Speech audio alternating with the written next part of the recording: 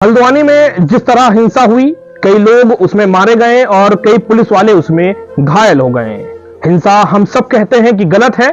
अगर कोई चीज गलत है तो उसके खिलाफ आवाज बुलंद करना गलत नहीं है, लेकिन उसका रास्ता हिंसा नहीं होना चाहिए। लेकिन हमेशा जो हिंसा फैलाते हैं वह वहां से हिंसा कर कर भाग जाते हैं, और जो वहां बरसों से रह रहे होते हैं, हिंदू भाईचारा मुस्लिम भाईचारा बनाए रखे होते हैं, वह उस हिंसा के शिकार हो जाते हैं।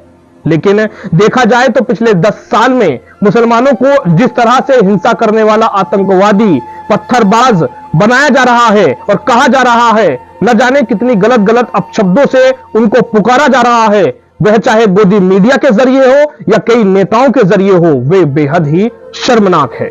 हल्द्वानी की हिंसा के बाद ही द लल्लन टॉप चैनल से स्थानीय पीड़ितों ने जब बात की, उनकी जब बात सुनी तो आंखों से आंसू आ गए। पहले आप इन लड़कों की जुबानी सुनिए, उस अत्याचार की कहानी सुनिए जो उस 8 तारीख को हल्द्वानी के बनबुलपुरा इलाके में हुई। प्लीज बैठ जाओ, पहले आराम से बैठ जाओ। बैठ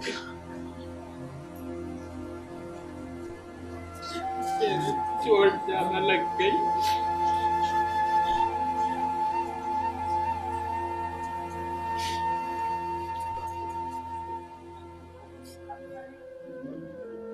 गोली पार हो गई।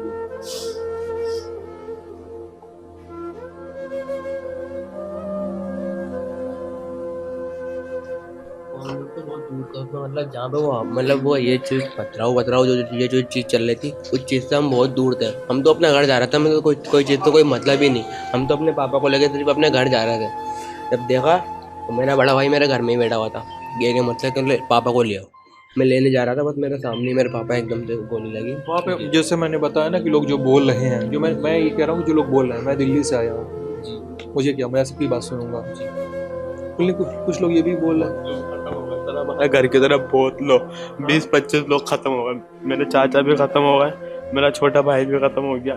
चाचा के सीने में गोली लगी, भाई के पेट में गोली आर पार। क्यों गोली मारी हुई? पता नहीं सर, फायरिंग उल्टी सीधी कर रहे थे पुलिस वाले सर, जाने आने नहीं दे रहा, घेर रखा था चारों तरफ से, बहुत बुरा हाल कर रखा। हमारी तरफ के डॉक्टर है, उनको भी मार दिया गोली, उनके भी गोली मार दिया कंधे पे। क्या नाम है आपका? मेरा सुहेल नाम है। सुहेल? हाँ।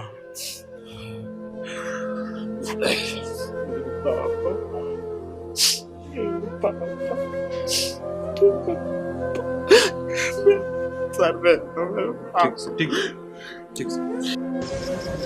बनफूलपुरा में हुए हिंसा में जाहिद और उनके बेटे अनस की मौत हो गई है। उनके ताऊ हैं अनस के, उनसे हम बात करते हैं। ये कैसे ये वाक़या हुआ? सर, ये दंगे चल रहे थे। हमारा भाई दुकान पे से आया था काम करते करते जो है उसके बच्चे को दूध, बच्चा है एक छोटा लड़की का, 1-2 महीने का होगा, तो उसके लिए दूध को तलाशने गया था, कहीं मिल जाएगा तो ठीक है, बच्चा ऊपर का दूध पीता हो। तो वो आया इधर को, तो उसको पता नहीं था कि ऐसा हो रहा है। हमने जो दूध तो मैं ले आऊँगा कहीं ना कहीं से ढूंढ के।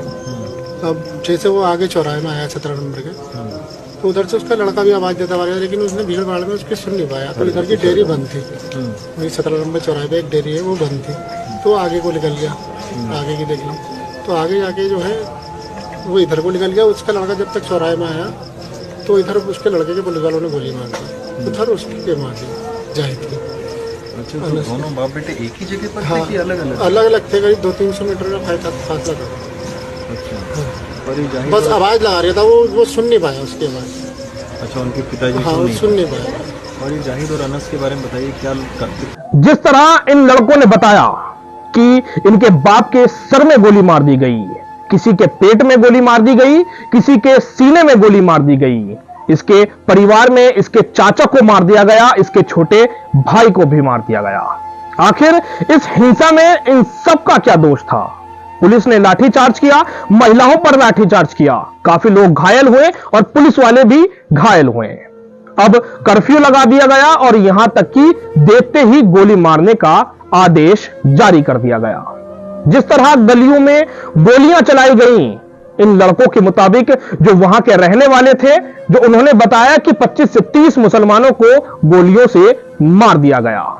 द लल्लन टॉप ने यह पूरी खबर को रिपोर्ट किया है और स्थानीय लोगों की जुबानी सुनकर वाकई वहां के लोगों पर जिस तरह से अत्याचार किया गया और अब हो रहा है, मैं कहता हूं जिसने हिंसा फैलाई वह दोषी जरूर पकड़ा जाना चाहिए।